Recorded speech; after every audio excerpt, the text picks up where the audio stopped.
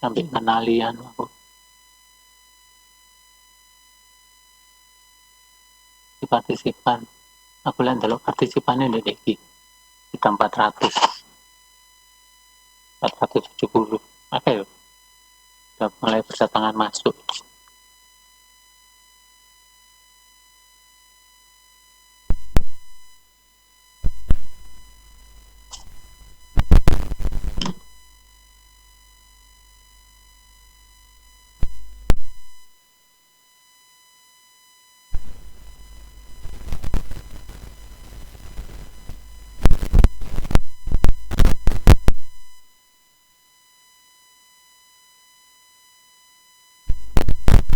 Wis, boleh aku streaming, ya aku mulai sama streaming.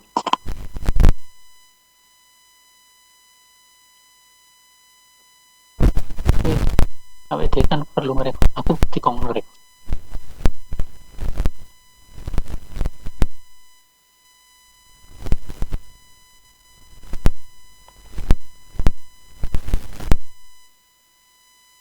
Masuk YouTube yang direkod.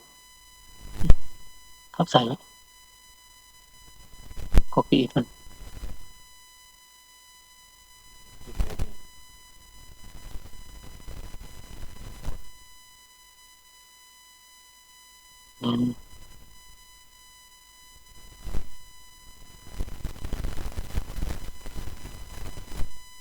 Orang sing ngerekod, jadi gak iso ngerekod nih. Kita sendiri gak iso.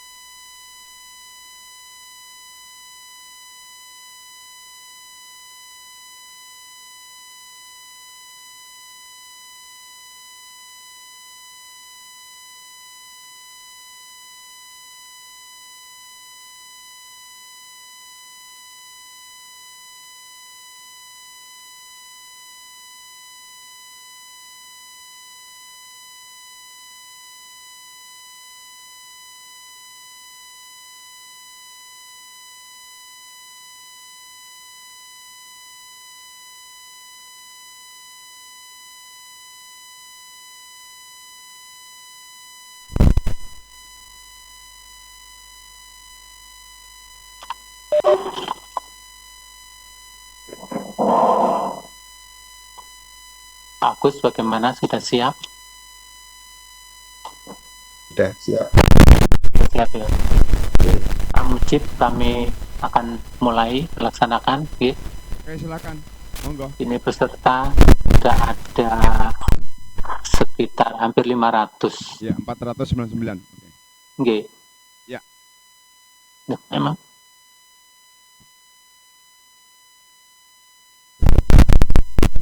Mulai.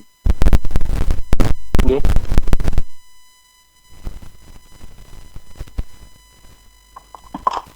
Iso ya iki. Emang mulai.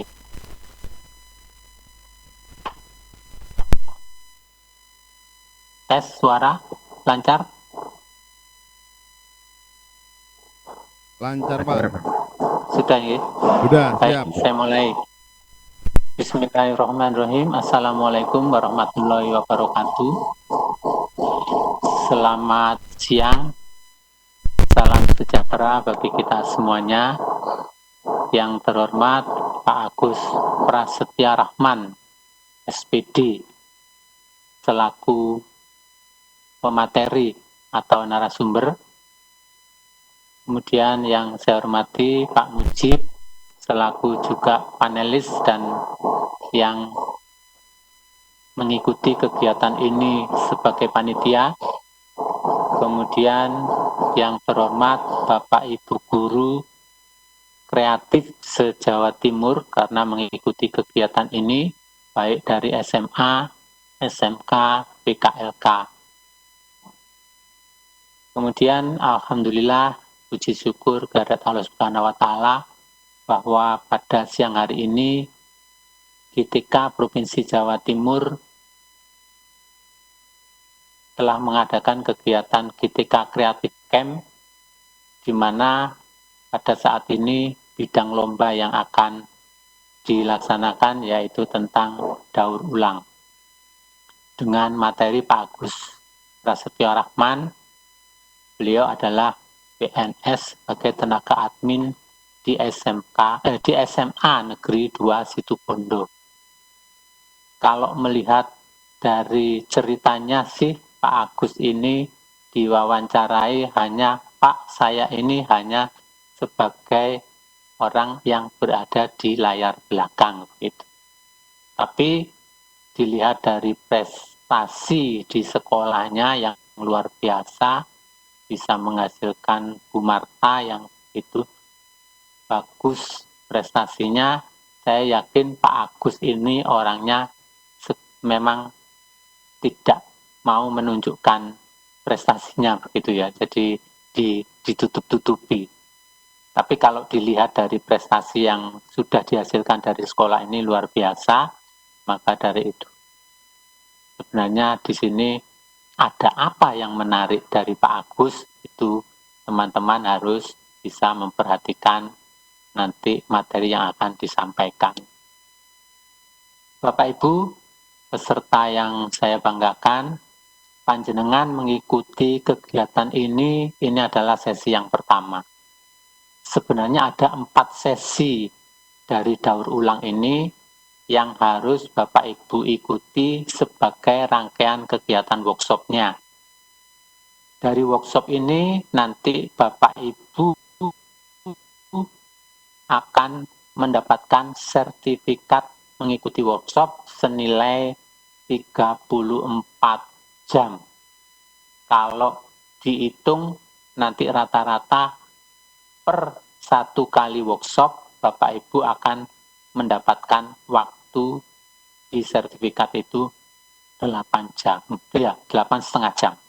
Artinya dari 34 itu kalau dibagi 4 kali pertemuan itu adalah 8,5 jam. Sehingga luar biasanya ketika acara pandemi ini kita mengikuti kegiatan workshop yang selama 1,5 jam, tapi nilainya 8,5 jam. Begitu ya Pak Agus ya. Oke.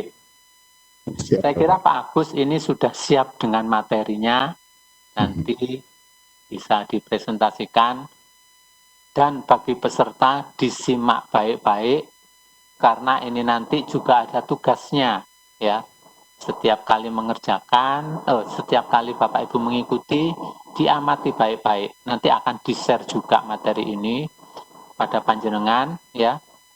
Kemudian nanti ada tugas ya. Jadi tugasnya itu juga harus dikerjakan.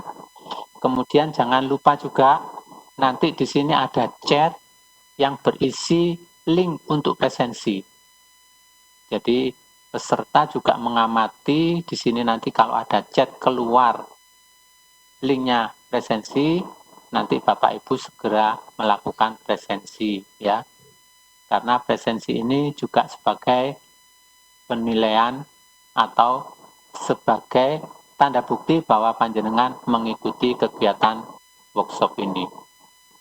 Sekarang sepertinya tidak terlalu panjang lebar kami menjelaskan karena Pak Agus sudah begitu siap, dan mohon Bapak Ibu bisa segera mengikuti, dan waktu kami serahkan sepenuhnya kepada Pak Agus karena dari panitia diminta Pak Gunawan nanti sekaligus gabung sebagai moderator gitu. Oke, Pak Agus, monggo, silakan. Terima kasih Pak Gun. Sama-sama. Pak Mujib. Selamat siang semuanya. Assalamualaikum warahmatullahi wabarakatuh. Waalaikumsalam warahmatullahi wabarakatuh. Salam sejahtera bagi kita semua. Selamat siang Bapak Ibu Guru peserta GTK Creative Camp 2020. Perkenalkan, nama saya Agus Prasetyo Rahman. Di sini saya ditunjuk sebagai narasumber untuk lomba daur ulang. Sebenarnya kalau dilihat dari peserta lomba daur ulang ini Bapak, saya beberapa nama ini sudah tidak asing sebenarnya. Ada beberapa peserta yang kompetensinya sebenarnya lebih tinggi daripada saya. Ada yang sudah pernah nyampe ke Thailand, ada yang pernah nyampe ke Cina, ada Itu ya yang ke Pak Agus. Australia. Bener Bapak. Bahkan ada duta Sains di sini, salah satu pesertanya. Oke, untuk mempersingkat waktu saja agar tidak berlama-lama, kita langsung saja masuk ke materi kita pada hari ini, yaitu konsep daur ulang dan pengenalan jenis barang bekas dalam kurung sampah. Kenapa sampah ini saya kasih dalam kurung? Karena selama ini pengertian peserta lomba daur ulang dimanapun itu Bapak, mereka kebanyakan tidak menggunakan barang bekas yang sesungguhnya seperti itu. Jadi kenapa saya titik tekankan di sini barang bekas? Karena memang ketika kita mengikuti suatu lomba daur ulang, semakin tidak terpakai bahan baku produk tersebut, maka nilai tambah dari suatu produk yang akan kita perkenalkan itu semakin tinggi. Karena daur ulang sendiri adalah suatu proses yang menjadikan suatu barang bekas menjadi barang baru dengan tujuan mencegah adanya sampah yang sebenarnya dapat menjadi sesuatu yang berguna. Contoh, seperti kita mungkin ingin membuat ikat pinggang dari pelepah pisang atau sebagainya yang sekiranya bisa, atau bisa dijadikan bahan untuk bahan baku. Tapi kemudian di sisi lain juga menimbulkan efek yang tidak baik untuk lingkungan. Ya, jadi usahakan daur ulang ini mencegah untuk itu gitu loh. Dikurangi penggunaan bahan kimia dan sebagainya. Karena daur ulang merupakan salah satu strategi pengelolaan sampah padat yang terdiri atas kegiatan pemilahan, pengumpulan, pemrosesan, pendistribusian, dan pembuatan produk atau materi bekas pakai. Kemudian lanjut, pada pemahaman yang terbatas, proses daur ulang harusnya menghasilkan barang yang mirip dengan barang aslinya. Itu konsep awalnya, konsep awal untuk daur ulang. Jadi seperti kertas bekas dileburkan menjadi bubur kertas, kemudian dijadikan jadikan kertas lagi, cuma dalam bentuk yang kualitasnya hampir sama dengan awalnya. Proses daur ulang konsep awalnya seperti itu. Kemudian karena proses produksi untuk membuat daur ulang ini lebih tinggi daripada membuat dari awal, dalam artian proses dari kayu menjadi kertas, ongkos produksinya lebih murah daripada melebur kertas bekas menjadi kertas yang bisa digunakan kembali, itu cost production-nya lebih mahal. Jadi akhirnya banyak orang-orang yang meninggalkan konsep daur ulang tersebut. Kemudian akhirnya setelah bertahun-tahun terjadi pergeseran pemikiran, akhirnya banyak orang yang melakukan daur ulang tapi tidak menjadi barang yang seperti semula. Jadi kayak komputer itu ada beberapa part hardware-nya yang mengandung emas, jadi mereka lebur kayak IC dan prosesor, terus memori dan sebagainya, RAM dalam hal ini itu mengandung beberapa partikel atau material yang berupa perak, emas, dan sebagainya, mereka lebur, kemudian mereka ambil, mereka kumpulkan untuk dijual kembali, seperti itu. Jadi banyak manfaatnya sebenarnya daur ulang. Kalau menurut Alameda, berikut ini merupakan proses atau tahap-tahap dari kegiatan daur ulang yang dapat kita lakukan. Yang pertama yaitu mengumpulkan. Jadi kita mengumpulkan barang-barang yang telah dibuang atau sudah tidak terpakai lagi, seperti kertas, botol air mineral, dalam hal ini mungkin botol plastik, kemudian dus susu, kaleng, dan sebagainya. Nah, kemudian proses yang kedua adalah memilah. Memilah di sini yaitu mengelompokkan sampah yang dikumpulkan berdasarkan jenisnya. Mungkin Bapak Ibu guru sekalian sudah tidak asing dengan pemilahan sampah, apalagi jika sekolahnya mengikuti program Adiwiyata, saya yakin sudah ada tempat sampah yang terpisah untuk seperti kaca organik, anorganik, mineral, dan barang-barang berbahaya lainnya. Kemudian yang ketiga adalah menggunakan kembali. Nah, di sini proses kreativitas Bapak Ibu yang dituntut untuk benar-benar membuat barang yang baru. Dalam artian yang bisa kita pakai sehari-hari. Jadi barang yang sudah tidak terpakai, kita gunakan kembali, seperti botol minuman bisa dibuat mungkin untuk tempat spidol atau ballpoint di meja guru di depan, atau bisa juga kotak susu dibuat untuk tempat seperti staples dan sebagainya, dan banyak hal yang bisa kita lakukan dengan barang-barang yang sudah tidak terpakai. Dan yang keempat adalah mengirim. Dalam hal ini kita mengirim barang bekas, tanda kutip sampah, itu ada dua destinasi untuk mengirim. Satu ke TPA, yang kedua adalah ke bank sampah. Dalam hal ini mungkin kalau di sekolah-sekolah Adiwiyata sudah ada bank sampah, jadi sampah seperti dus, kertas, dan plastik itu memang dibedakan, kemudian untuk ditimbang, diperjualbelikan lagi di tempat penampungan. Dan yang terakhir adalah lakukan daur ulang sendiri. Jika mempunyai waktu dan keterampilan, kenapa tidak kita melakukan proses daur ulang sendiri? Jadi saya yakin jika melihat potensi Bapak Ibu sekalian, banyak orang-orang kreatif yang ikut pada lomba kali ini. Bahkan ada juga seorang seniman pahat ikut juga sebagai peserta kali ini. Saya yakin, saya tidak bisa membayangkan nanti produknya akan seperti apa gitu Bapak.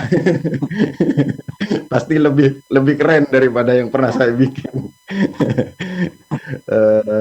Selanjutnya, tujuan dan manfaat daur ulang. Tujuan kita yang pertama memang untuk mengurangi polusi yang pasti ramah lingkungan. Karena kekuatan bumi kita untuk menyerap sampah, untuk mengurai sampah itu intinya sudah ke titik kritis. Jadi karena memang kayak hutan dan sumber daya alam lainnya sudah mulai kewalahan menghadapi sampah kita, kayak laut juga kewalahan menerima plastik kita, sehingga banyak hewan-hewan penghuni laut itu kayaknya membutuhkan campur tangan kita untuk kembali menghijaukan bumi. Dan yang kedua, meningkatkan kualitas hidup dan lingkungan. Karena dengan bersihnya lingkungan kita, oksigen akan kembali diproduksi, kualitas hidup kita akan kembali sehat, lingkungan kita juga akan kembali hijau, bumi akan segar, dan efek rumah kaca ini pasti akan paling tidak sedikit mengurangi. Kemudian yang ketiga, mendayagunakan kembali barang yang sebelumnya sudah tidak terpakai. Banyak barang yang sebenarnya tidak bisa diurai oleh alam, seperti plastik dan styrofoam yang akhir-akhir ini mungkin banyak dipakai oleh pelaku ekonomi seperti penjual buah, kemudian orang-orang yang berkecimpung di dekorasi dan sebagainya. Nah, itu kan limbahnya tidak bisa diurai, dan itu tugas kita gitu, untuk paling tidak memberikan penyadaran kepada masyarakat bahwa apapun yang residu yang kita buang dari hidup kita itu, kita juga punya tanggung jawab moral untuk menyelamatkan bumi ini. Yang terakhir yaitu meningkatkan taraf ekonomi. Nah, di sini letak kenapa GTK Creative Camp ini menitik beratkan kepada kewirausahaan. Salah satunya untuk meningkatkan taraf ekonomi. Karena sepengetahuan saya pribadi, pengalaman saya pribadi, ketika orang-orang sudah menemukan ide, ketika orang-orang sudah menemukan suatu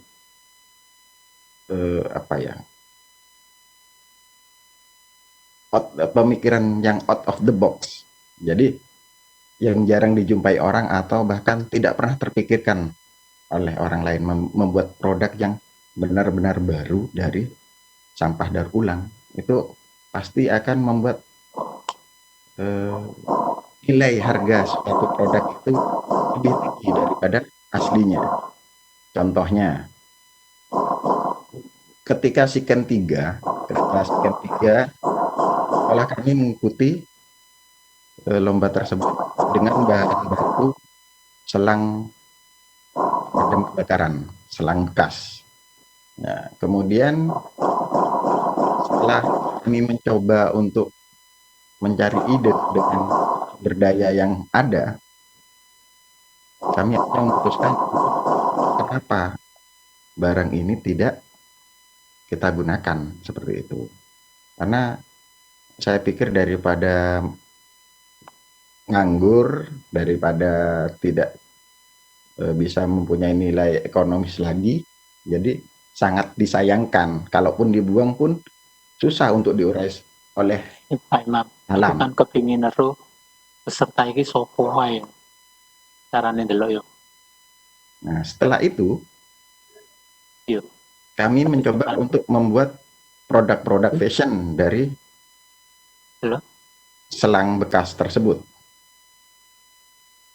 Ketika sudah menjadi sebuah produk, Waduh, maka ternyata nilai produk kami dihargai lebih tinggi daripada barang-barang yang ada di etalase toko. Nah, seperti itu. Jadi untuk kedepannya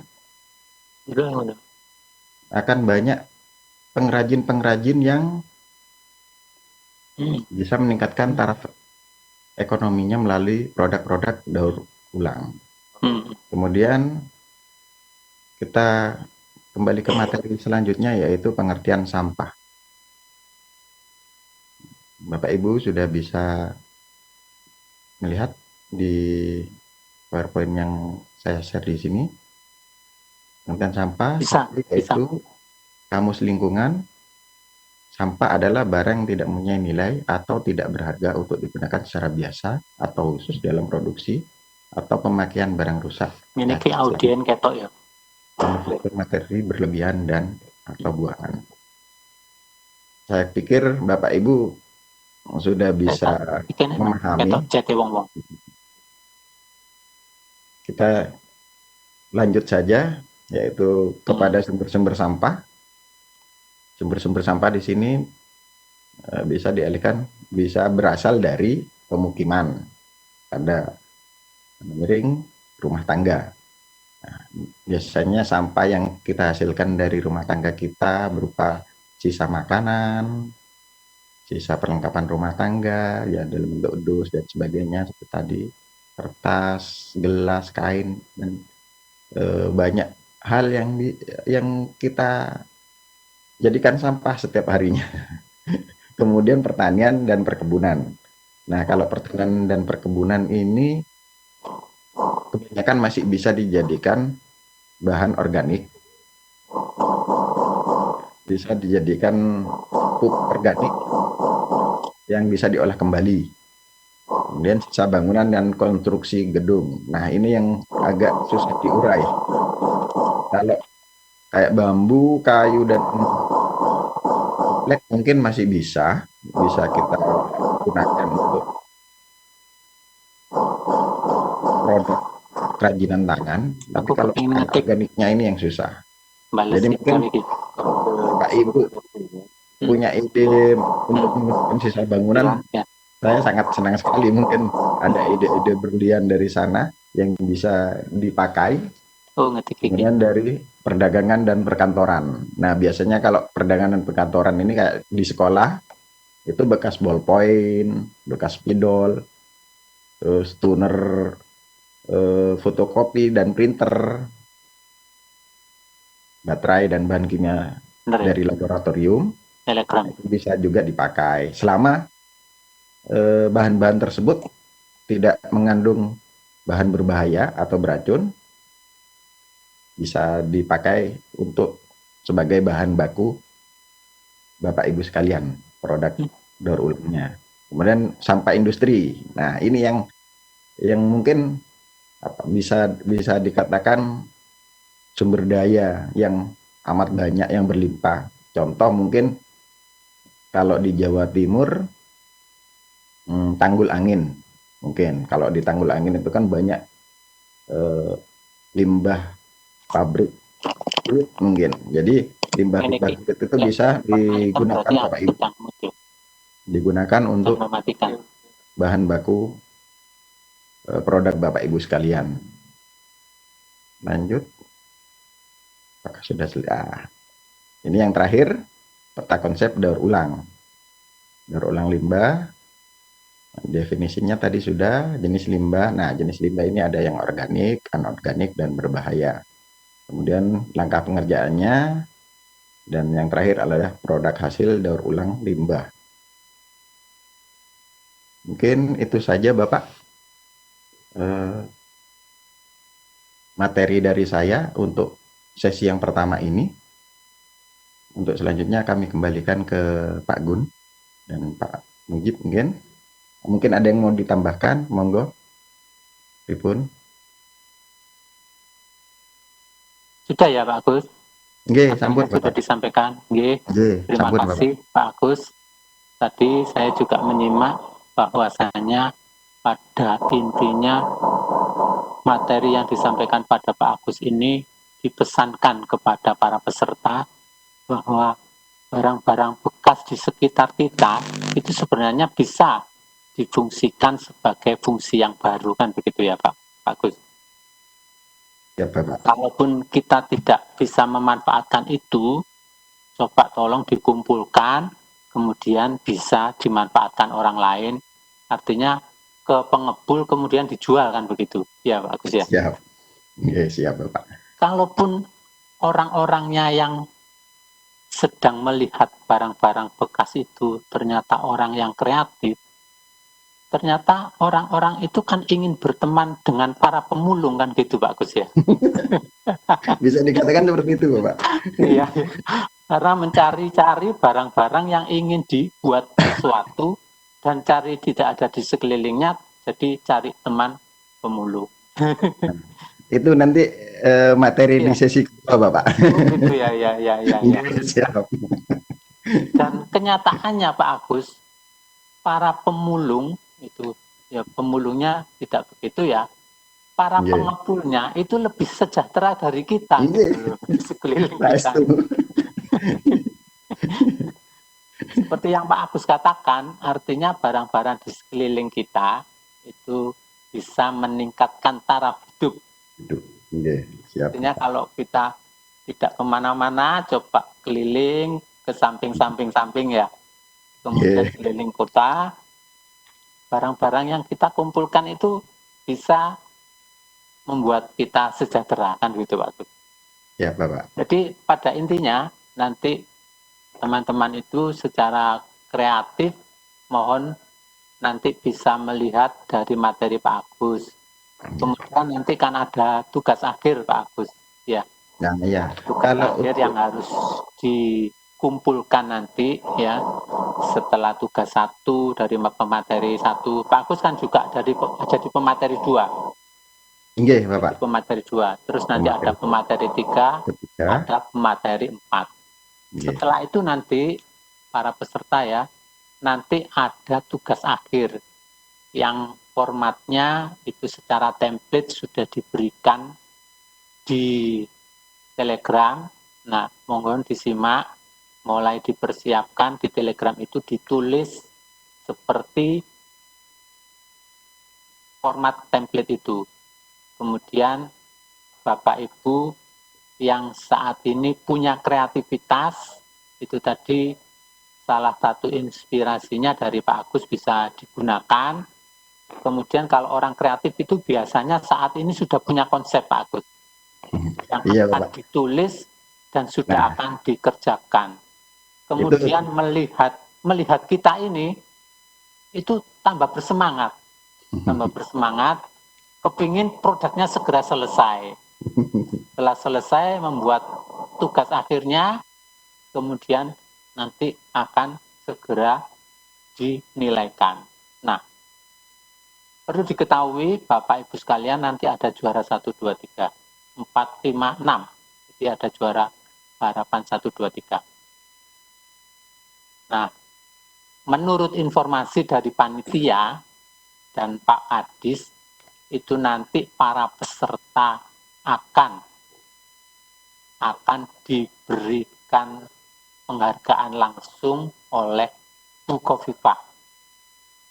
Nah, tanggalnya kurang tahu sekitar di atas tanggal 10 lah. Karena tanggal 10 itu sudah muncul juaranya. Setelah itu pada saat hari ulang tahun Provinsi Jawa Timur, teman-teman yang terbaik ini nanti akan ketemu Ibu Gubernur. Begitu Pak Agus. Yes, siap. Nah, untuk sesi kali ini kita bisa memberikan kesempatan bagi para peserta untuk bertanya. Begitu ya Pak Agus? Monggo. Monggo. Bapak Ibu yang ingin menanyakan, silakan bisa di chat atau angkat tangan. Itu Pak Gun sudah ada di layar Pak Gun? Di chat sudah ada? Sudah ada pertanyaan di chat Pak Gun? Ada, sudah. Iklimatul di chat. Ya, sudah ada itu. Sudah ada, Pak. Oh iya, coba saya cek di chat. Ini suara kok enggak? Dari Muhammad Agus Kurniawan itu. Muhammad Agus Kurniawan, Pak Gun. Muhammad Agus Kurniawan. Ya. Muhammad kemana sih? Mohon bisa dibacakan Pak di situ. Baik. Pertanyaannya apa Pak? Baik, saya bacakan. Okay. Dalam penggalian subjek daur ulang yang menarik, butuh observasi di lapangan. Bagaimana langkah-langkah yang baik dalam penggalian ide yang baik dan benar agar menemukan bahan daur ulang yang menarik? Nah, ini. Oke. Terima kasih sebelumnya, karena ini termasuk materi yang kedua Bapak, yang judulnya penentuan ide, pemilihan bahan, dan pembuatan produk. Jadi, alangkah baiknya kalau nanti saja ya Pak Gus. Jadi berarti jawabannya akan saya jawab di materi kedua nanti. Ya, di materi kedua. Ya, pesertanya sangat semangat itu. Iya.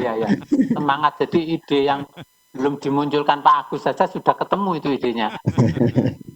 Saya hanya ingin menunjukkan Bapak contoh produk yang pernah saya bikin. Betul. Produk-produknya Pak Agus seperti ini Bapak.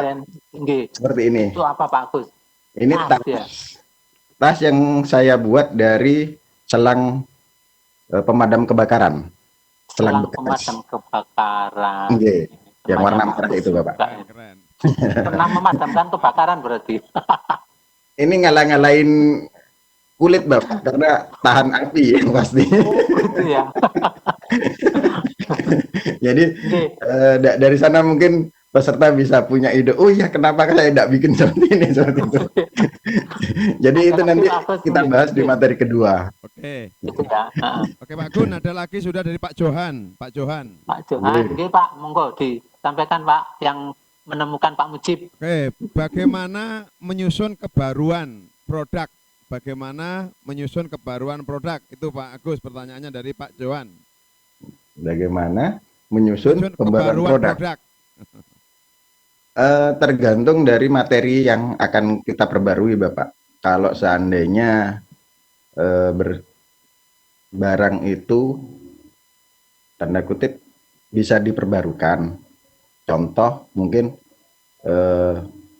plastik itu kan harus dilebur dulu, dijadikan benih plastik dulu, setelah itu jadi plastik dalam bentuk baru. Seandainya plastik bekas, gelas plastik, gelas air mineral, itu dikumpulkan, dicacah dulu, kemudian baru dilebur dan sebagainya. Proses pabrikasi gitu loh Bapak. Nah, sedangkan di sini kita itu tidak seutuhnya. Jadi dalam artian tidak merubah bentuk produk atau limbah atau sampah yang kita gunakan, yang akan kita jadikan produk. Jadi hanya kita ambil materialnya saja. Dalam artian seperti ini. Ketika kita mau bikin topi dari botol bekas, seandainya seperti itu. Jadi yang kita ambil kan plastiknya saja, Bapak. Gitu loh. Ya. Tidak harus kita lebur, terus kita cetak agar bisa menjadi topi, kan tidak seperti itu. Jadi nanti di materi kedua itu akan saya sampaikan juga proses-prosesnya, karena di materi pertama ini memang hanya pengenalan konsep saja, apa sih daur ulang itu, seperti itu Bapak. Ya, baik Pak Agus, ini ada pertanyaan dari peserta namanya Bapak Ragil Sugeng Dewantoro. Nggih. Pertanyaannya, apakah beda antara sampah dan limbah? Ya sebenarnya beda Bapak, sebenarnya beda cuma apa ya, dalam pemahaman saya, karena saya juga bukan expert di bidang limbah. Kalau sampah itu yang kita hasilkan setiap hari. Nah, sedangkan limbah itu kan semacam produk atau semacam bahan yang tidak terpakai, semacam mungkin ketika pabrik memproduksi sebuah plastik, misalnya mengolah plastik samping ya Pak, produk samping. Seperti samping. Itu. Ya. Produk samping tapi tidak terpakai, tidak digunakan, tidak dipakai, seperti itu. Jadi bedanya sampah dengan limbah itu sebenarnya dari apa ya, penggunaan awalnya seperti itu Bapak. Jadi kayak kita mungkin memasak dalam artian memasak sayur, kan tidak mungkin akarnya kita pakai. Kayak seandainya kita masak kangkungnya kita potong, akarnya kan tidak mungkin kita masukkan kita masak juga ya. Nah itu yang akar itu jadi sampah seperti itu Bapak. Sedangkan untuk limbah itu side effect, jadi semacam apa ya, residu, kalau bahasanya itu residu. Nah, residu seperti itu Bapak. Pemahaman saya seperti itu. Jadi limbah itu kurang lebih pengertian saya itu adalah residu gitu Bapak. Baik. Ada lagi berikutnya Pak Agus. Pertanyaan Bapak. Dari Pak Fauzan Arifin. Apakah daun dan kayu termasuk bahan baku daur ulang? Daun dan kayu. Kalau di pemikiran saya, kalau kayu hasil dari limbah pabrik, dalam artian potongan-potongan kayu yang tidak terpakai dari pabrik, mungkin masih bisa dibilang sampah ya. Iya, bisa dibilang sampah Bapak. Dalam artian bahan daur ulang. Ya. Nah, Bisa begitupun didaur ulang. nggih. Kalau menurut saya seperti itu. Tapi kalau harus nebang pohon dulu untuk buat bahan produk daur ulang, Itu beda saya lagi. setuju gitu. Nanti habis tuh. Hutan baluran Sebelum- habis Pak Agus, hutan baluran habis nanti itu. Pemahaman saya seperti itu Bapak. Iya. Lanjut, ada lagi Pak Agus dari Bu Iya. Aris Setiorini tentang penggunaan bahan kimia. Apakah memang tidak bisa digunakan sama sekali bahan kimia? Buangannya bahan Nah. kimia. Ya. Kalau bahan kimia biasanya di teman-teman yang sering mengikuti lomba daur ulang, kebanyakan itu memakai cat atau lem. Lem Korea atau lem G, terserah penyebutannya. Tapi pengalaman saya ketika kita ikut lomba daur ulang dan kita melibatkan pewarna buatan, dalam hal ini cat, biasanya akan mengurangi nilai seperti itu Bapak. Ya. Jadi kalau bisa seminim mungkin untuk menggunakan bahan kimia. Ya. Ada lagi Pak Agus ini dari Ibu Lia Rizky Ramadhani. Bolehkah kita membuat suatu karya daur ulang dengan mengembangkan produk yang sudah ada? Sebenarnya sah saja Bapak. Boleh-boleh aja ya. Cuma ketika kita membuat produk yang benar-benar baru, itu nilainya lebih tinggi daripada kita hanya memodifikasi barang yang sudah ada sebelumnya, seperti itu Bapak. Oke. Baik, masih banyak lagi. Ini pertanyaan dari Bu Dwi Purwanti. Bu Dwi Purwanti, Pak, apakah boleh membuat produk makanan, Pak? Kan tadi yang dijelaskan hanya barang saja. Daur ulang tapi menghasilkan makanan gitu loh. Wah, mungkin kalau itu susah untuk kita Bapak, karena kita kan tidak tahu proses pembuatannya, dalam artian proses masaknya gitu loh Bapak. Jadi untuk menilai apakah ini benar-benar produk daur ulang atau produk benar-benar baru, itu kita susah untuk menilainya di situ. Jadi kalau untuk kuliner mungkin bisa ikut lintas budaya saja kalau menurut saya. Betul. Lintas usaha maksud saya. Iya, misalkan itu ampasnya dari tahu, mau pakai apa? Ya. Baik, ada lagi dari Pak Wahyu, siapa itu? Oke. Pak Sofatul Anam. Untuk sampah yang berasal dari bahan organik atau non organik, bila didaur ulang, apakah ada perbedaan yang signifikan terhadap nilai jual bila dibuat produk? Nah, kalau itu kita kembalikan ke pangsa pasar, Bapak. Gitu loh. Karena nilai produk yang kita hasilkan itu kita tidak bisa menentukan harga sebenarnya. Apakah itu organik atau anorganik? Iya, tergantung permintaan pasar dan harga pasar biasanya seperti itu, Bapak. Ya, baik, ada lagi dari Bu Noroma Ulinuha. Jika misalkan saya membuat produk tapi menghasilkan guntingan dan sisa dari barang bekas, apakah hal tersebut menimbulkan masalah baru dalam hal sampah? Bisa diulangi Bapak, pripun? Jika saya membuat produk tapi menghasilkan guntingan dan sisa dari barang bekas, apakah hal tersebut menimbulkan masalah baru dalam hal sampah?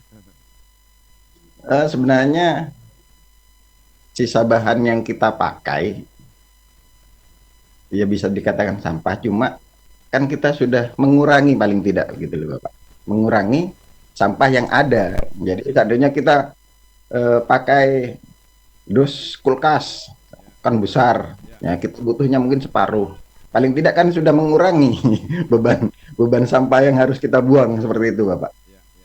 Jadi konsep utama daur ulang seperti itu, hanya tidak sampai 0%, tapi paling tidak kita mengurangi beban sampah yang kita keluarkan setiap hari. Meminimalisir. Nggih, saestu. Baik, dari Pak Ahmad Mukhlis. Apakah dalam program ini produk daur ulang harus yang bernilai ekonomi atau untuk diperjualbelikan?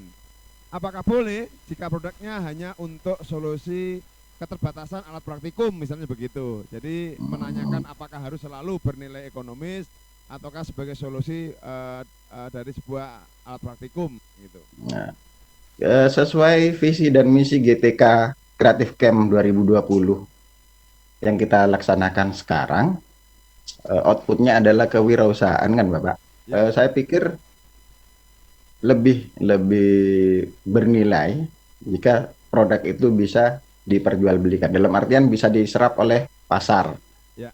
Dan itu bisa juga menginspirasi pengrajin-pengrajin yang di luar sana atau teman-teman yang penggiat lingkungan untuk paling tidak menduplikasi apa yang kita buat, seperti itu Bapak. Jadi, oh ternyata limbah ini bisa kita pakai untuk bikin produk seperti ini. Ya. Nah, paling tidak seperti itu Pak. Iya, artinya bisa menghasilkan rupiah kan gitu ya. Oke, siap. Meningkatkan taraf hidup ekonomi Pak. Ya, betul. Baik, berikutnya dari Pak Wahyu Setiadi. Pertanyaan begini Pak Agus. Oke. Apakah hasil produk harus bernilai fungsi ataukah bisa hanya bersifat estetika saja, hanya untuk nilai keindahan saja? Kalau bisa dua-duanya Bapak. Dua-duanya ya, betul. Karena semakin indah sesuatu, saya pikir harga nilai juga ya. nilainya lebih tinggi. Oke. Ya. Baik, berikutnya dari Ibu Lilik Tri Heksa Mainentin. Pemilihan sampah yang ada di sekitar kita yang ada hubungannya dengan potensi lokal, begitu pertanyaannya. Oke. Pemilihan sampah yang ada di sekitar kita atau yang ada hubungannya dengan potensi lokal. Oke, siap. Nah, ini nanti kita bahas di materi kedua Bapak tentang pemilihan ide, sumber daya yang akan kita explore. Jadi seandainya letak geografis seperti kami di Situbondo sebagai daerah yang kaya akan pantainya, jadi garis pantai kami mungkin terpanjang. Di sana kan banyak limbah seperti kerang dan sebagainya. Nah, jadi sebelum kita menentukan ide, kita menentukan mau bikin produk apa, itu paling tidak kita observasi dulu, gitu loh, sumber daya alam yang paling kaya di sini yang tidak dalam artian setiap saat kita butuh sumber daya itu ada, gitu, seperti itu. Jadi mungkin nilainya lebih tinggi seperti itu Bapak. Baik. Masih ada lagi pertanyaan Pak Agus, ini saking banyak pertanyaannya nih. Berikutnya. Iya. Pak Muhammad Lukman Hadi. Bapak Muhammad Lukman Hadi, gini pertanyaannya. Saya sudah buat tugas akhir daur ulang dari botol plastik. Apakah nanti boleh saya kembangkan ke desain yang unik, Pak? Saya pikir boleh, dalam artian pengembangan dari produk sebelumnya yang pernah dibikin untuk tugas akhir atau dulu pernah ikut lomba, cuma karena ada beberapa hal yang membuat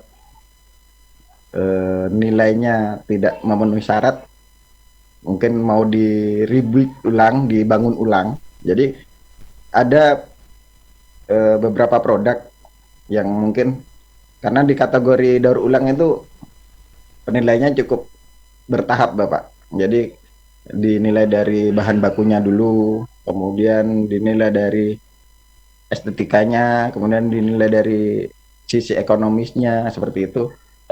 Jadi saya pikir tidak masalah selama itu tidak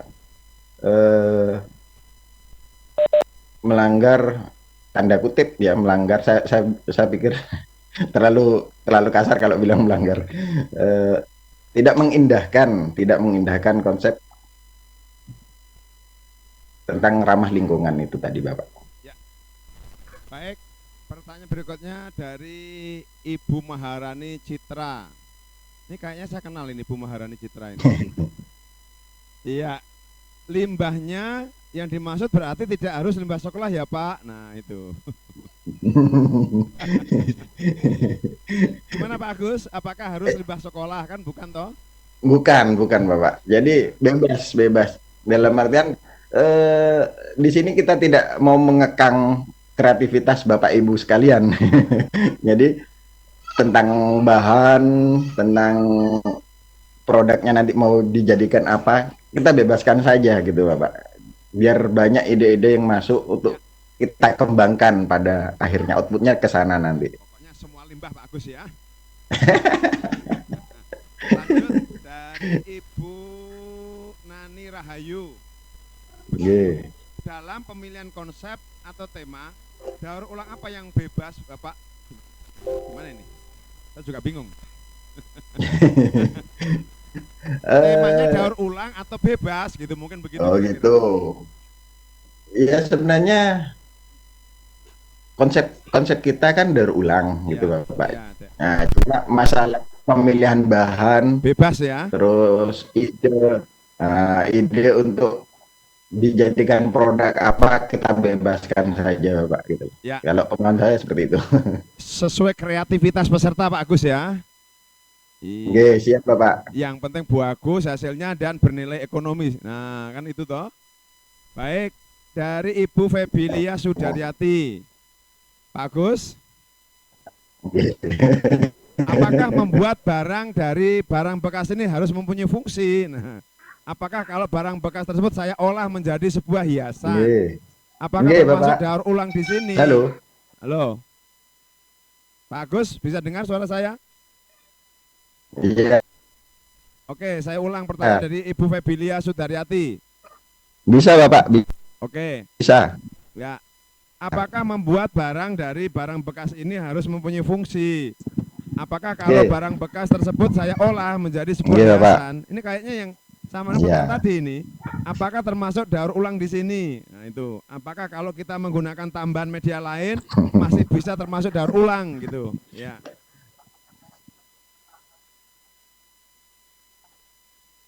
Jelas Pak? Selama hiasan itu bisa laku untuk dijual, Ya. saya pikir bisa Bapak. Oh boleh ya. Oke. Karena yang kita nilai sisi ekonomisnya. Oke. Gitu loh. Baik. Oke, Dari lanjut. Bapak Agung Wahyu, apa bisa menggunakan barang bekas yang tidak berfungsi terus kita ambil sebagian komponennya menjadi produk baru yang berfungsi? Nah ini kanibal Pak, jadi udah ada yang nggak berguna diambil sebagian. Iya. Kalau menurut saya lebih baik membangun produk baru seperti itu Bapak. Dalam artian contoh seperti ini. Mungkin ada sepeda motor yang beberapa partnya sudah tidak berfungsi, tinggal mesin saja yang hidup, sedangkan yang lain tidak. Kemudian mesinnya kita pakai, kita gunakan sebagai alat potong rumput gitu loh, menggunakan pipa paralon. Nah, mungkin aja ada ide seperti itu. Ya. Itu sah-sah saja kalau menurut saya. Ya. Kecuali dijadikan sepeda motor lain, jadi tinggal bodinya ngambil yang lain, mesinnya yang lama itu yang nggak boleh. Iya, Seperti betul. itu Pak. Iya bisa jadi begitu. Oke. Barangkali mesinnya bisa untuk menerbangkan menjadi pesawat terbang begitu ya.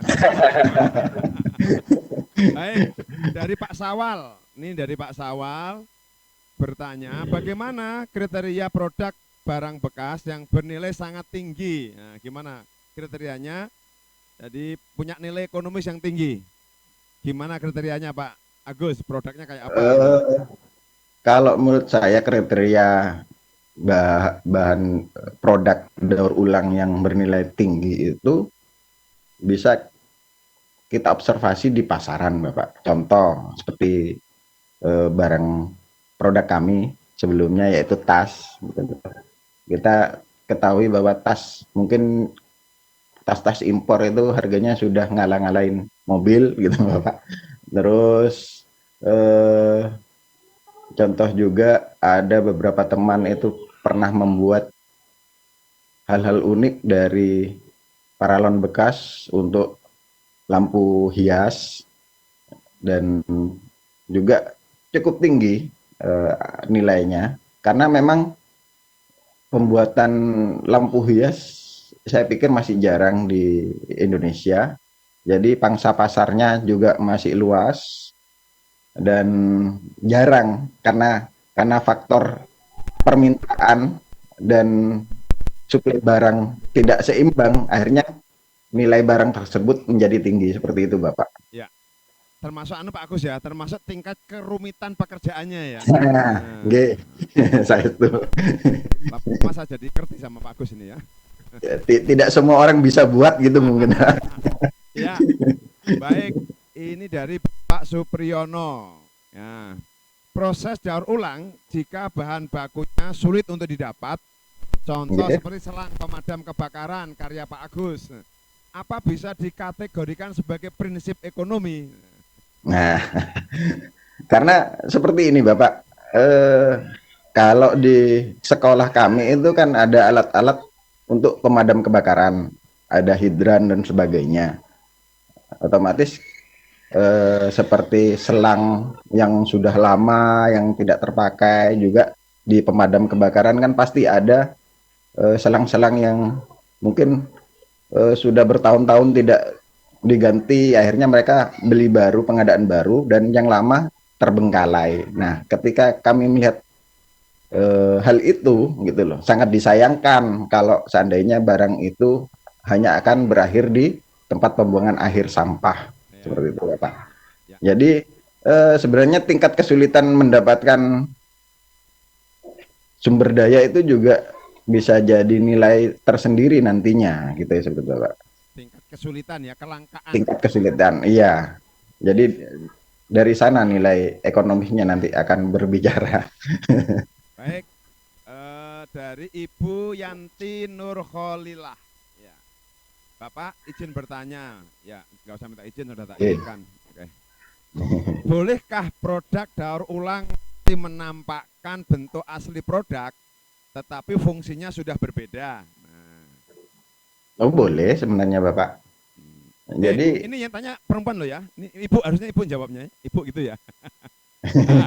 Pak Agus tadi Bapak terus pesertanya banyak juga perempuan. Sebutlah ibu-ibu gitu loh ya. Ini yang tanya Ibu Pak Agus. Iya, saya karena kulino Bapak ini. Mulai tadi Bapak terus, padahal pesertanya ibu-ibu yang banyak ini. Siap Bapak. Ya. Menurut saya asalkan fungsi sudah jauh dari barang asalnya, saya pikir diperbolehkan saja. Contoh seperti ini Bapak, sendok plastik kita bikin jadi kap lampu, seperti itu Bapak. Nah, cuma untuk kap lampu ya? Nggih, sendok plastik. Nah, sendok plastik. Ya. Nah, yang tidak diperkenankan di sini yaitu kita beli sendok plastik baru untuk kita rangkai menjadi sebuah kap lampu yang akhirnya bukannya kita mengurangi sampah yang ada, tapi justru menciptakan sampah baru dari produk yang kita buat, seperti itu Bapak. Jadi nilai prosesnya yang kita yang kita nilai gitu loh Bapak. Bukan intinya dari proses itu yang kita perhatikan, yang kita nilai nanti. Ya, baik. Berikutnya pertanyaan dari Ibu Rahmi Hidayati. Ibu Rahmi Hidayati, bagaimana kriteria produk daur ulang yang up to date? Nah, yang kekinian lah, yang kekinian. Iya. Ya. Gimana? Ya mungkin kriterianya kayak apa Pak Agus? Ya. Contohnya mungkin apa ya Bapak ya, kayak tongkat selfie di HP, bikinnya dari paralon mungkin seperti itu, gitu. Sudah tangkap saya. Masker kekinian tuh ya, masker. Masker kita bikin dari pelepah jagung. Misalkan ini produk kekinian ya. Iya. Yang temanya corona gitu ya. Nah. Selama itu benar-benar mengurangi sampah dan benar-benar bermanfaat, saya pikir saya sangat mengapresiasi hal itu Bapak. Jadi memang kita juga butuh orang-orang yang up to date dalam daur ulang, Karena semakin up to date idenya dalam satu produk, semakin banyak orang akan tertarik seperti itu, Bapak. Baik, baik. Nggih. Berikutnya pertanyaan dari Ibu Indah Kurniawati. Apakah dalam setiap pengerjaan full berasal dari bahan bekas? Apa boleh dimix? Maksudnya dicampur dengan bahan penunjang? Saya pikir boleh, Bapak, Ya. tapi hanya sebagai penunjang, bukan bahan Bukan yang utama. utama ya, bukan yang utama ya, ini Nggih, penunjang saja nggih, ya. nggih. Pokoknya yang enggak Jadi hanya dominan. sebagai pemanis gitu, Bapak. Nah, dominannya Nah, harus barang bekas. Nah, harus limbah ya nggih, dominannya. nggih. Baik, lanjut ke Bu Yulia Dwi Islamianti. Bagaimana cara memilih barang yang berbahaya dan tidak berbahaya untuk daur ulang? Eh, saya pikir kalau masalah sampah yang berbahaya sudah jelas seperti paku, kaca, dan bahan-bahan kimia yang mudah meledak, baterai dan sebagainya itu termasuk barang-barang berbahaya, Bapak. Ya, Jadi kalau buat diracun. seandainya nggih, Mm-mm. jadi seandainya kalau mau mendaur ulang baterai menjadi sesuatu yang bisa dipakai kembali, Ya, mungkin sah-sah saja, tapi asalkan resikonya dan apa ya, karena produk kita ini kan mau diperkenalkan, akan diperkenalkan kepada masyarakat. Nah, takutnya nanti salah pengaplikasian oleh masyarakat, ya, timbulnya malah tambah berbahaya seperti itu. baik. Makanya diminimalisir aja Ya, pemakaian bahan kimia. baik. Nampaknya masih terus banyak yang bertanya Pak Agus. Entah juga sudah pertanyaan keberapa ini saya nggak bisa ngitung. Ya. Iya. Ini ada pertanyaan dari Ibu Ima Yuliana. Apakah penilaiannya ini nanti harus berupa produknya atau kebaruan mekanisme penjaringan pengelolaan sampah? Nah, kalau masalah penjurian itu Penjurian. teknisnya ada di tim juri, Bapak. Berarti rahasia dong, rahasia dong. Kalau saya sebagai narasumber, saya pikir itu sudah Ah. beda domain. Ya, itu ya betul Nggih, betul betul ya. Ini bukan ini kata saya, Bapak. ini Bu, ya Bu Ima ingin tahu gimana caranya nanti menjuri begitu ya. Nah, Iya, baik. nanti dikira offset saya, Bapak. Ya, berikutnya ada Ibu Iin Pristiana Hayati. Apa yang akan saya lakukan pertama kali untuk mengenali sampah? Ini bisa didaur ulang atau tidak? Saya pikir dari materialnya sudah bisa kita kenali, Bapak. Kalau Ya, untuk melakukan untuk membuat suatu produk daur ulang, kita mengenali satu paling tidak daya tahan bahan baku tersebut ya, seperti itu. Jadi kalau seandainya bahan baku tersebut susah untuk diolah kembali, saya pikir tidak layak untuk dijadikan produk daur ulang. dan juga Dan tergantung itu Pak Agus ya, nalurinya ya, ya, nalurinya kira-kira. intuisi juga, Pak. Nah, jadi Idenya ini harus benar-benar out of the nah, box ya. iya, oke. Berikutnya pertanyaan dari Ibu Femilia Utami Dewi. Dalam produk yang akan kita buat, jika hanya mencapai satu tujuan saja, misalnya mendaya gunakan kembali bahan yang sudah tidak terpakai, apakah diperbolehkan? Sebab limbah yang saya pakai sebenarnya sudah ramah lingkungan, cuma sayang saja jika terbuang. Sebenarnya asalkan tanda kutip barang itu sudah tidak terpakai, itu sudah layak untuk dijadikan produk daur ulang. Kalau menurut saya seperti itu, Bapak. Ya, Yeah. baik. Berikutnya dari Ibu Risa, Pak Risa ya? Pak Risa atau Ibu Risa nih? Risa Asnawi. Pak Risa Asnawi. Semanewa ya. Semanewa singkatan SMA mana ini ya? Nah, bolehkah sampah sisa produksi dijadikan bahan produk daur ulang? Besi, Nah, eh, saya pikir bisa, ya, asalkan eh, minim penggunaan seperti eh, las atau apa ya, Bapak ya? intinya bisa diduplikasi oleh banyak orang dengan biaya seminim mungkin. Dalam artian biaya untuk buat baru dengan biaya untuk buat yang mendaur ulang itu paling tidak harus di bawah yang membuat baru gitu, Bapak. Ya. Jadi Baik. seandainya gini, Ya. limbah besi mau dijadikan sepeda. Biaya ngelas sama biaya beli besi bekasnya itu lebih mahal daripada beli sepeda baru. Nah, seperti itu. Saya pikir itu tidak layak untuk jadikan produk daur ulang seperti itu, Bapak. Ya, ya, ya. Nggih. Baik. Ibu Sri Setyawati, ukuran karyanya bebas ya, gitu pertanyaannya. Ukuran Nggih. karyanya bebas gitu. Nggih, Bebas ya? bebasnya, Bapak. Bebas, ya. Berikutnya dari Bapak Abdul Ghafur, apakah kain bekas bisa didaur ulang? Kain bekas, Apakah bisa didaur ulang? kain perca bisa sebenarnya, Bapak. Oh, bisa ya. Ya, untuk contoh kain perca dipakai dibuat untuk keset Ya, atau buat tudung saji. ya bisa. Gitu, Tapi kalau bisa. kainnya sudah terbakar nggak bisa ya.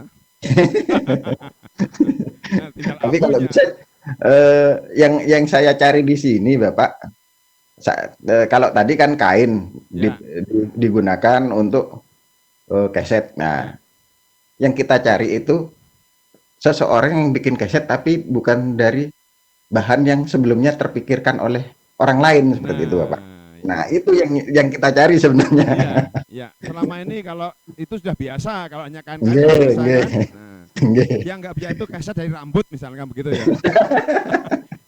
Rambut tukang potong kan nggak berguna itu dibuang ya rambutnya itu kan. Nggih. Nah. Tambah ngeri tadi, Bapak. Ya, Pak Mujib sambil mengingatkan itu teman-teman linknya absen sudah Oke. ada muncul. Ya, Oke. oke, Monggo, betul. nggih. Makasih Pak Gun. Ya, Ya, Nggih. link absen. Monggo dilanjut dulu. Ini masih beberapa menit. Oke, ini banyak pertanyaan Waktunya. ini berarti Masih benar 15 menit. ini. Ya, banyak yang kepingin tahu ini. Berikutnya Nggih. dari Ibu Rini Mudayanti. Ini Mudayanti berarti muda terus Bu Rini ini ya. Apa perbedaan antara sosial plastik dengan plastik daur ulang? Tak pikir social dancing tadi, social dancing. Sosial plastik dengan plastik daur ulang. nah kalau itu saya kurang paham, Bapak. Saya tidak berani menjawab.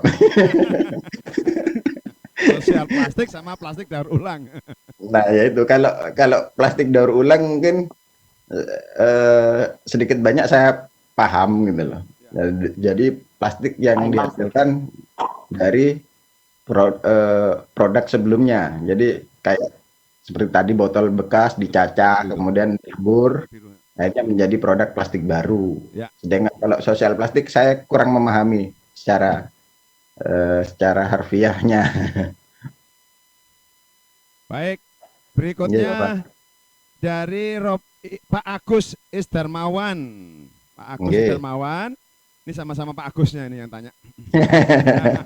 Jeruk makan jeruk ini, Pak. Ya. Kayu hasil sisa bangunan apa termasuk bahan daur ulang? Kayu hasil sisa bangunan. Ya. Bisa dikategorikan daur ulang, Bapak. Gitu Jadi ya. kayak kayu bekas ngecor. Ya. Nah, dipakai untuk bikin rak buku dan sebagainya. Saya pikir itu termasuk bahan daur ulang. Ya. Ya, baik, daripada dibuang sama tukang-tukang itu lebih diambilin gitu ya. Nah. Baik, Pak Fatur Rohman. Saya mau membuat briket dari baterai yang sudah tidak terpakai dengan memanfaatkan batang salmiaknya. Tapi masih meninggalkan limbah. Nah, atau bungkus dari baterai. Pertanyaannya, bolehkah saya membuat lebih dari satu konsep daur ulang dari satu bahan limbah? Nah, semakin banyak konsep yang dihasilkan oleh peserta, kami semakin senang gitu, Bapak. Selama itu tidak membahayakan dan kalau melibatkan barang-barang berbahaya, setidaknya harus diuji coba terlebih dahulu. Jadi memang safety itu kita jadikan prioritas utama dalam suatu produk. Ya, baik Pak Agus, ada lagi pertanyaan dari Pak bin Mitra Pahingga. Apakah potongan sisa paralon termasuk dalam kategori sampah? Terima kasih. Kalau sisa potongan paralon, saya pikir bisa, Bisa Pak ya? bisa dikategorikan Pokoknya bukan sampah. ambil paralon dari toko ya, dari toko kan Nggih, masih utuh asalkan itu, bukan limbah nggih, itu ya. bukan baru Bapak. Nggih, Ya, siap. ya. Baik, berikutnya dari Ibu Dwi Lidiawati. Apakah daur ulang selalu menjadikan barang baru dengan tujuan baru Pak Agus? Saya pikir untuk menggantikan produk yang sudah ada itu bisa dikatakan produk daur ulang sudah Bapak. Jadi tidak harus bikin produk baru dengan fungsi baru untuk pengganti produk yang lama. Saya pikir tidak harus. Jadi semacam saya tadi bikin Tas itu ya, dompet, tas tadi ya. Oh, dompet tadi ya. dompet dari selang bekas itu kan dalam artian untuk mengurangi penggunaan kulit sebagai bahan dasar Ya. dompet dan tas dan sebagainya seperti itu Bapak. Ya. Baik, sekarang dari Pak Agus juga ini ya. Ini Agus yang kedua. Ini Agus 1, Agus 2. Oke. Ini Agus yang ori ada di sini. Baik, Pak Agus S. Darmawan, membuat alat pertanian dari bahan bekas apa termasuk proses? Membuat alat pertanian dari bahan bekas. Bisa. Bisa ya? Bisa Bapak. Bisa Bapak. Oke. Berikutnya Ibu Wiwit Agustin. Kalau sampah organik untuk pewarna makanan, apa bisa dikatakan daur ulang? Nah, kalau pewarna makanan saya pikir masih bisa diterima. Tapi kalau bisa memakai pewarna yang alami. Contoh mungkin bisa pakai warna merah, bisa pakai buah naga. Kemudian yang hijau kita pakai pandan seperti itu Bapak. Yang kuning pakai kunyit. Jadi selama itu aman dan tidak mengandung bahan kimia, saya pikir mengandung zat aditif ya. Tidak masalah. Ya, baik. Berikutnya dari Bapak Budi Prayetno. Penambahan aksesoris diperbolehkan berapa persen? Ya, tadi itu Pak. Yang untuk aksesoris itu maksimal berapa persen komponen itu kira-kira? Maksimal paling tidak menutupin produk yang kita tampilkan Bapak. Contoh kita bikin semacam topi. Ya. Nah, topinya dari bahan bekas. Kemudian karena ingin lebih cantik tampilannya, kita tempelin kayak manik-manik. Jadi topinya sampai tertutup sama manik-manik. Jadi walaupun secara prosentase bahannya itu 60% dari bahan bekas. Cuma karena manik-maniknya beli baru semua. Ya, ketutupan ya, itu ya. Jadi tidak jadi takarannya saya pikir dikembalikan kepada Bapak Ibu peserta sekalian gitu loh. Ya. Intinya aksesoris itu hanya sebagai pemanis dan tidak menutupi estetika bahan daur ulang yang sudah kita pakai seperti itu. Iya, begitu. Baik. Masih ada waktu 10 menit. Gimana Pak Gun, masih boleh diterlanjutkan ini? Halo Pak Gun? Pak Gun? Pak Agus bisa lanjut Pak Agus? Monggo, kalau saya terserah. Ya, on time 15.30 ya, 15.30 ya. Oke, siap Bapak. Baik. Ini masih 10 menit, ada pertanyaan dari Ibu Putri Novitasari. Daur ulang sendiri kan mempunyai arti pemanfaatan limbah atau sampah menjadi suatu barang yang bernilai. Jika produk yang dibuat dan menambahkan bahan-bahan tertentu, bahan baru maksudnya, tetapi barang itu sangat membantu permasalahan lingkungan. Apakah boleh Bapak? Nah, saya pikir boleh. Cuma yang kita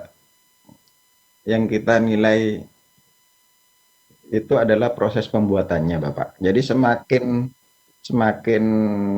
sulit barang, dalam artian seperti ini proses. Seandainya ini ada sekalian, saya akan menjawab pertanyaan dari peserta yang tentang keset tadi Bapak. Kayaknya agak sama. pertanyaannya. Jadi sekalian saya jawab. Ketika kita tanda kutip memodifikasi barang yang sudah ada, kita modifikasi, kita tambahin barang daur ulang, dan itu nilai jualnya lebih tinggi daripada barang yang sebelumnya, saya pikir mungkin dari sisi ekonomis lebih tinggi, tapi dari penilaian tim juri saya pikir akan lebih rendah. Karena yang kita cari itu satu idenya. Idenya. Oke. Jadi originalitas karya itu benar-benar originalitas karya itu yang nilainya sangat tinggi sebenarnya, Bapak. Ya. Itu nomor satu. Yang nomor dua tentang daya tahan produk. Jadi ketika daya tahan produk itu ketika kita bikin produk daur ulang, terkadang kita tidak memikirkan barang ini akan kita pakai sampai berapa tahun, seperti itu, Bapak. Jadi hanya sekedar bikin untuk kepentingan lomba. Setelah itu kita lupakan. Kadang banyak yang seperti itu. Ya. Padahal kalau kita terapkan di kehidupan sehari-hari itu sangat menghasilkan, baik untuk siswa kita, untuk sekolah kita, gitu loh, Pak. Baik. Jadi saya pikir originalitas dan daya gunanya yang punya nilai tinggi di lomba ini. Baik, Pak Agus, ada lagi pertanyaan dari Pak Kus Hardiman. Ini sama dengan tadi kayaknya. Apakah harus ada fungsinya? Fungsi dari barang itu, hasil produk ini harus berfungsi untuk apa gitu misalkan? Oh iya, Bapak. Iya, pasti. Ya pasti. Karena kalau tidak berfungsi kan tetap jadi sampah nanti akhirnya. Berfungsi dan punya nilai ekonomis kan begitu. Ya. Baik. Dari Ibu Diah Ajeng, apakah mempengaruhi nilai jika produk yang dibuat tidak bersifat inovatif? Saya pikir tetap ada nilai. Nah, dalam artian kita juga memikirkan set efek terhadap masyarakat. Ya. Jadi apakah produk kita itu bisa diterapkan kepada masyarakat di sekitar, minimal di sekitar sekolah kita. Jadi seandainya kayak yang tadi di Tanggul Angin. Ya. Jadi orang-orang yang tanda kutip tidak punya pekerjaan akhirnya bisa membuat tas dari limbah kulit yang dikeluarkan dari pabrik kulit dan sebagainya. Jadi paling tidak bisa mengangkat perekonomian masyarakat sekitar, itu juga bisa jadi nilai gitu loh, Bapak. Ya. Baik. Berikutnya dari Ibu Nani Iswandari.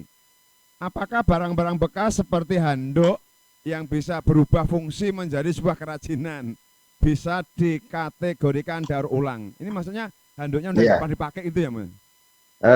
Gini, Bapak, di sekolah kami itu pernah bikin dari handuk juga, kebetulan bikin pot bunga dari handuk.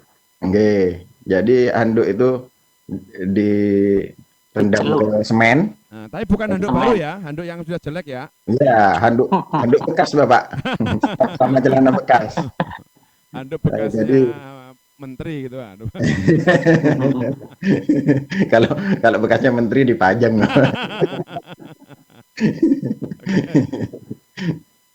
Baik. Monggo. Pak, masih ada lagi.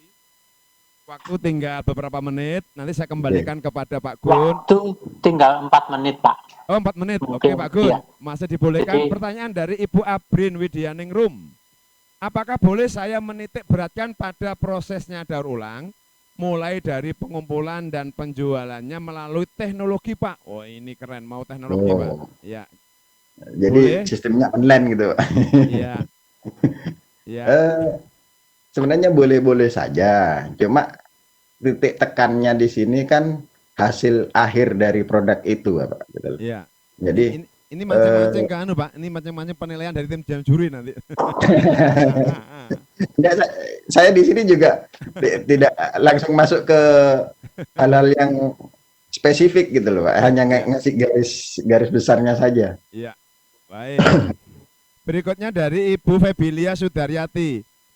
Pertanyaannya adalah, apakah membuat barang dari barang bekas ini harus mempunyai fungsi? Oh tadi ya, ya fungsi ya. Apakah kalau barang bekas tersebut saya olah menjadi sebuah hiasan, apakah termasuk daur ulang di sini? Apakah kalau kita menggunakan tambahan media lain masih bisa menjadi termasuk daur ulang? Nah, Ibu Febilia, monggo Pak Agus, ini pertanyaan berkali-kali ya seperti ini ya. Iya, sama. Sama. Pak Mujib, ini karena waktunya hanya Baik. tinggal 3 menit, ini kami juga akan memberikan Ya. sedikit informasi kepada para peserta, jadi mohon maaf ya. Ya. Ini nanti ketika peserta itu masih ingin bertanya, mungkin bisa saya share ya Pak Agus, nomor telepon panjenengan. Siap, Bapak. Bapak Ibu bisa dicatat nomor teleponnya Pak Agus 081 35 906 80 80. Sekali lagi 081 35 90 68 080. Kemudian saya mencatat tadi ada beberapa hal yang penting dari kesimpulan pertanyaan-pertanyaan karena beberapa sudah sama pertanyaannya Pak Mujib ya. Kemudian kalau kesimpulan dari Pak Agus bahwa saya amati tadi barang bekas itu dari barang-barang yang murah kemudian dirupakan menjadi barang yang bernilai tinggi itu lebih bagus, itu yang pertama. Jadi murah tapi jadi barang yang bernilai tinggi, bukan bernilai tinggi jadi mahal, nah, kan gitu.